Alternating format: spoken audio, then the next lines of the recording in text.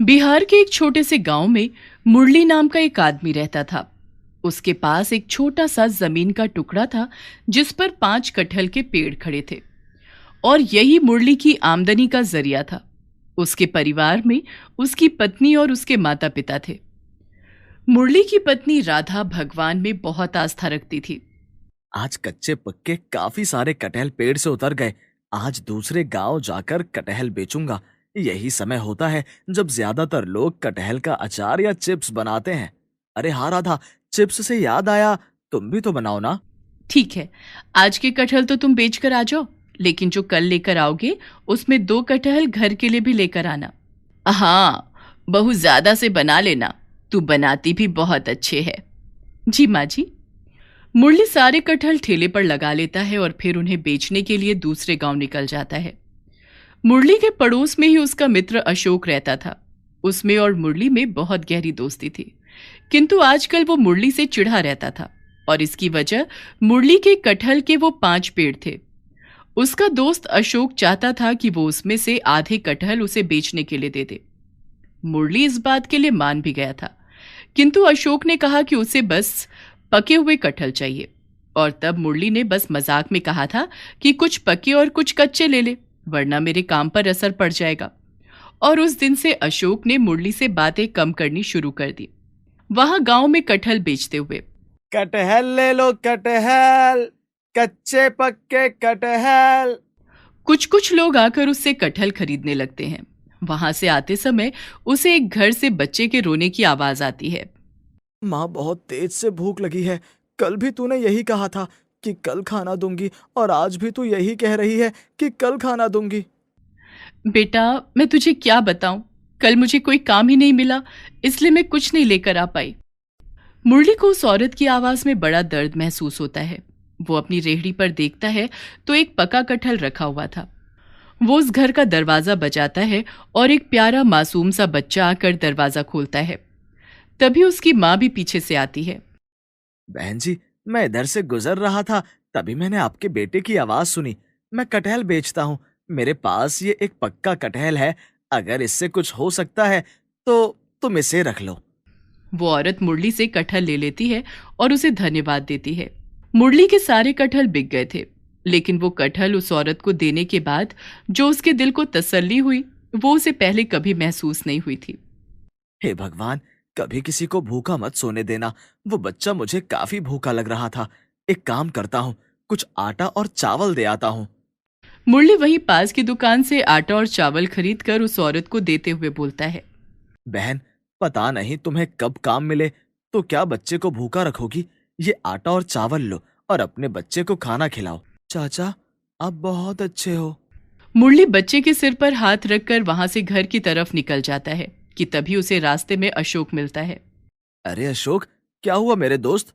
क्या तुम मुझसे नाराज हो? आजकल तुम मुझसे बात भी नहीं करते।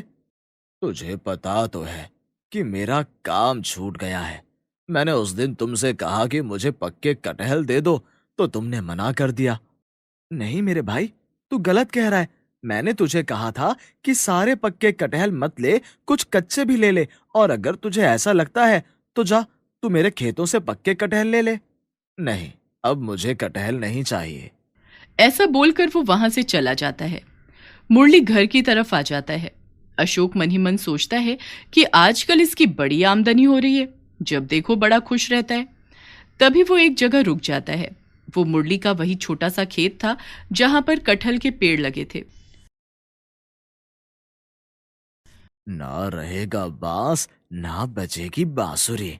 मैं इसके सारे कटहल तोड़कर बेच दूंगा और पेड़ों को काट दूंगा। आजकल बहुत इतराता फिरता है। रात को वो चुपके से मुरली के खेत में जाता है और उसके पेड़ से सारे कटहल तोड़ लेता है और उसके सब पेड़ों को काट देता है। अगली सुबह जब मुरली अपने खेतों में कटहल लेने के लिए आता है तो कटे हुए पेड़ों को देखकर रोने लगता है। हे भगवान, ये सब किसने किया? कौन है जिसे मैं खाता कमाता अच्छा नहीं लगा? वो भागकर घर जाता है और राधा से बोलता है। मेरा तो सारा रोजगार ही चौपट हो गया। किसी ने मेरे सारे पेड़ काट दिए और कटहल चुरा कर ले गया। मेरा तो गांव में किसी से झगड़ा भी नहीं है। फिर भला कौन होगा जो मेरे साथ ये कर गया? चुप हो जाओ, बच्चे की तरह रोने से कुछ नहीं होगा। भगवान को जो मंजूर था वो हो गया। चलो हम वहां पर चलकर देखते हैं। देखो बेटा, बहुत बुरा हुआ, किंतु इस तरह रोने से कुछ नहीं होगा। बाबा, अब क्या होगा? घर का खर्चा कैसे चलेगा? ऊपर वाले पर यकीन रखो। मैं जानती हूं आपने आज तक कभी किसी का बुरा नहीं किया और आपके दिल में सदा सभी के लिए प्यार होता है। मुरली और राधा अपने खेत में जाते हैं। खेत में वो 5 कटहल के पेड़ कटे पड़े थे। मुरली सब पेड़ों को राधा की मदद से एक साइड में लगा रहा था कि तभी उसे एक पेड़ पर एक छोटा सा कटहल का फल दिखाई देता है। वो उसे तोड़ देता है। बस यही एक कटहल बचा है, बाकी सब वो ले गया जिसने पेड़ काटे थे। बहुत मुश्किल की घड़ी है। अगर अब कटहल के पौधे लगाएंगे तो वो 2-3 साल में जाकर फल लगेंगे। इन 2-3 सालों में हम क्या करेंगे? हे प्रभु, हमारी मदद कर। मुझे आप पर पूरा विश्वास है, आप कुछ भी गलत नहीं कर सकते। मुरली और राधा दोनों नए पौधे लगाएंगे, ऐसा सोचकर घर आ जाते हैं। राधा के हाथ में वो छोटा सा कटहल का फल था। वो उसे ले जाकर रसोई में देती है। पूरा दिन ऐसे ही उदासी में निकल जाता है। शाम को खाना खाकर सब सो जाते हैं। तभी रात के 1 बजे राधा की आंख खुलती है और वो देखती है कि रसोई में से बड़ी सुनहरी रोशनी आ रही है। वो धीरे से मुरली को आवाज देकर उठाती है। मुझे लगता है रसोई में कोई है। हाँ राधा, मुझे भी लग रहा है। देखो तो कितनी रोशनी है वहां। चलो चलकर देखते हैं। वो दबे पांव रसोई की तरफ जाते हैं और अंदर झांक कर देखते हैं। वो कटहल का फल बीच में से टुकड़े हुए पड़ा था और वहां छोटे छोटे कई बहुत प्यारे बौने रसोई के स्लैब पर घूम रहे थे। उन्हें देखकर राधा और मुरली जैसे ही रसोई में जाते हैं तो वो कटहल के अंदर छुपने के लिए भागते हैं। तभी मुरली उसमें से एक को अपने हाथ में पकड़ लेता है। कौन हो तुम? हम सब तुम्हारे कटहल के खेत में ही रहते हैं और यह कटहल हमारा घर था। जब उस आदमी ने पेड़ काटे तो हमने किसी तरह अपने आप को छिपा लिया। हम कोई और जगह देखने ही वाले थे कि तुम हमें घर ले आए। हम सब जादुई बौने हैं। वो रसोई में रखे हुए खाने से बड़ी अच्छी खुशबू आ रही थी, इसीलिए हम सब ने वो सारा खाना खा लिया और खाना खाकर जो हमें तृप्ति हुई है उसके बदले मैं तुम्हें कुछ देना चाहता हूँ। तुम क्या दोगे भाई मुझे?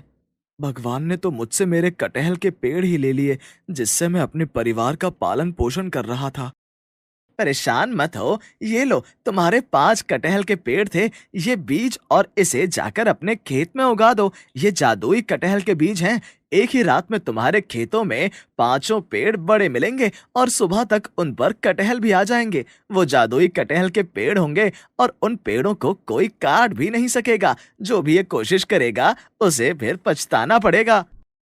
मैंने कहा था ना कि भगवान हमारे साथ कुछ भी गलत नहीं होने देंगे। बहन, तुम बहुत ही स्वादिष्ट खाना बनाती हो। बहुत सालों बाद हमने इंसानों के हाथ का खाना खाया है। भगवान तुम दोनों को कभी निराश नहीं होने देगा और आपसे प्रार्थना है ये कटहल का फल वापस उस खेत में ही रख दो। हम वहीं रहते हैं और हमें वहीं अच्छा लगता। सारे बौने कटहल के अंदर चले जाते हैं और कटहल खुद ब खुद बंद हो जाता है। फिर राधा और मुरली उस कटहल को लेकर खेत में जाते हैं और बौनों के द्वारा दिए गए बीजों को उगा देते हैं और उसके बाद वो दोनों आकर सो जाते हैं। अगली सुबह राधा और मुरली दोनों जब अपने खेत में जाते हैं तो देखते हैं कि बौनों का कहा हुआ सच हो गया है। कटहल के पेड़ वैसे ही खड़े हुए थे और उन पर बहुत सारे कटहल आए हुए थे। ये देखकर वो दोनों बहुत खुश होते हैं और पेड़ पर से कटहलों को तोड़कर घर ले आते हैं। जब ये बात मुरली के माता पिता को पता चलती है तो वो भी बड़े खुश होते हैं। मुरली सारे कटहल रेडी पर रख कर बेचने के लिए चल देता है। तभी रास्ते में अशोक मुरली को देखता है। अरे, मैंने तो उसके सारे कटहल तोड़ दिए थे और पेड़ों को भी काट दिया था। फिर ये कहां से कटहल लेकर आया है? अभी देखता हूं जाकर। फिर वो मुरली के खेत के पास जाता है तो देखता है कटहल के पेड़ वापस वैसे ही कटहल से लगे हुए खड़े थे। उसे अपनी आंखों पर यकीन ही नहीं होता। वो कई बार आंखें मलकर देखता है। वो मन ही मन ठान लेता है कि रात को वो फिर उसके पेड़ों को काट डालेगा। और रात को जब वो कटहल के खेत में आता है, लगता है उसके पास कोई जादू की छड़ी है, वरना ऐसा कैसे हो सकता है कि मैंने सारे कटहल तोड़ लिए थे और पेड़ों को भी काट दिया था, फिर भी ये सारे पेड़ कटहल से लदे खड़े हैं। अशोक आरी लेकर जल्दी से पेड़ को काटने लगता है। कि तभी उसे अपने पैरों के पास कुछ रेंगता हुआ दिखाई देता है। वो रोशनी करके देखता है तो उसके पैरों तले से जमीन निकल जाती है। वहां सांप ही सांप थे। वो उनके डर के मारे जैसे ही वहां से भागने लगता है, तभी एक बड़े से पत्थर से टकरा जाता है और उसका पैर टूट जाता है। पूरी रात इसी तरह दर्द के मारे कराहता रहता है। अगली सुबह जब मुरली अपने खेत में कटहल लेने आता है तो अशोक को वहां दर्द में तड़पता हुआ देखता है। मुझे माफ कर दे मुरली, मैंने ही तेरे कटहल चुरा लिए थे और पेड़ों को काट दिया था और मुझे उसकी सजा भी मिल गई। ये रात मेरे लिए बड़ी भयानक थी। मेरे आसपास सांप थे और मेरे पैर की हड्डी भी टूट गई। मैं तो तुम्हें अपना दोस्त समझता था और तुमने मेरे साथ ऐसा किया। जो दूसरों के लिए गड्ढा खोदता है वो खुद उसमें गिरता है और तुम्हारे साथ भी वही हुआ। पर मुरली अपने दोस्त को ऐसे नहीं छोड़ता और वो उसे ले जाकर हॉस्पिटल में एडमिट करा देता है। और उसके बाद मुरली और राधा खुशी खुशी जीवन बिताते हैं।